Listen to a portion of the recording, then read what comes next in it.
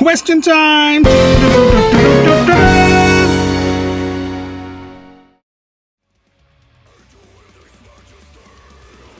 Yeah, we are discussing it, and nothing is materialized in stone, but yeah, we want to see that happen. You know, I'm not a big vinyl freak myself. I don't even own a vinyl player, but I know a lot of guys are, and girls, and men, and women. And yeah, I know a lot of you guys love vinyl, so sure. Definitely, I think that would be a cool thing to have, both for the Sufferwell and for Sojourn, since they are awesome artworks. Fredrik made an awesome job in those artworks, so it would be quite awesome to have in the collection.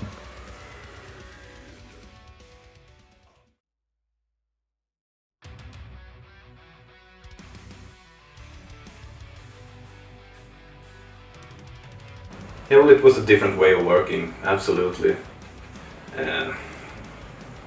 Although it was very good to have the melodies pre-written because of our tight schedule, so I didn't have to think about that. Just had to learn it.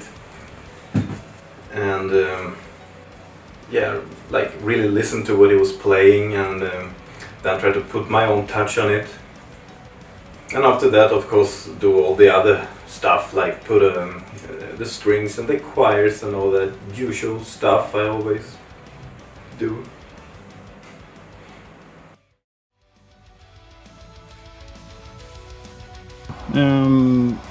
What song was the biggest challenge? Well, I would say, to me, drum-wise, it was Heathen's Embrace. Not because it's a really technical song or anything like that, but the way Daniel Nordlund, who played drums before me in Meadows, and the way he played it is pretty far from the way I would have played it, I think, if I recorded it for the first time. So having to learn his way of playing was really challenging to me. Yeah, so that was the biggest challenge, I would say. It's a really cool song though, so I really like it. I think the biggest challenge must have been Nightmare's Reef, since we decided to rebuild the song quite much. The original song, called Area of Thieves, had a more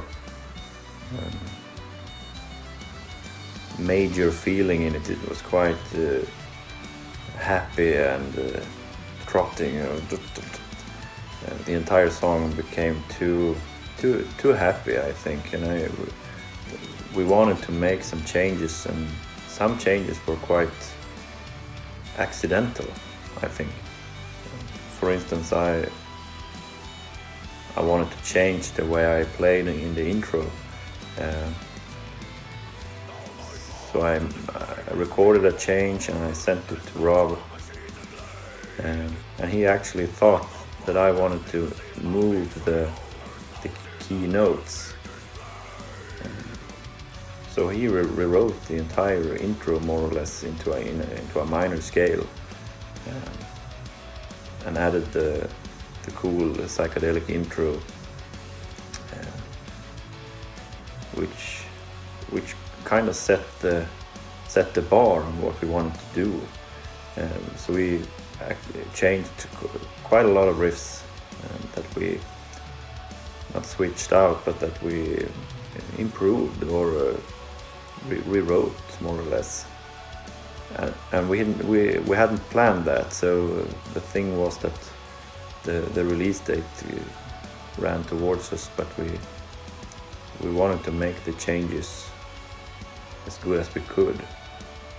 So that song became the biggest challenge without us knowing it from the beginning, I guess.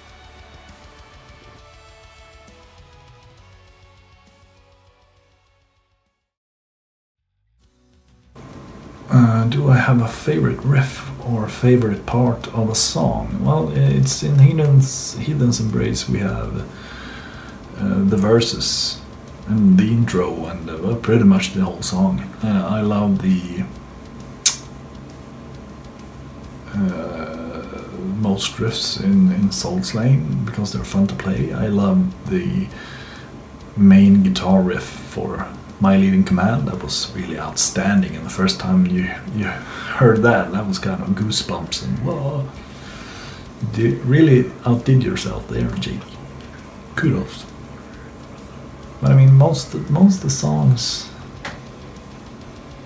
are special in different ways.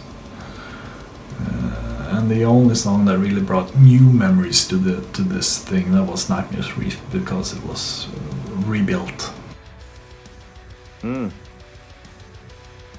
That's kind of hard, but I really like the part on Soul Slaying when everything in the breakdown, when everything gets taken down and the piano just flows and the guitar just. Soul Slaying is quite interesting in the way that it's built, since it's almost a song made on repeat twice, and when the second part ends, it all comes down in a quite soothing transport part, and I'm really fond of that part with the acoustic guitars and the atmosphere there. Really, it touches me every time. Not sure why, but and I also like the chorus on Nightmare's Reef for some reason. The tripping, the tripping part. I think that's one of the riffs that I'm quite pleased with. It's quite cool, in my opinion.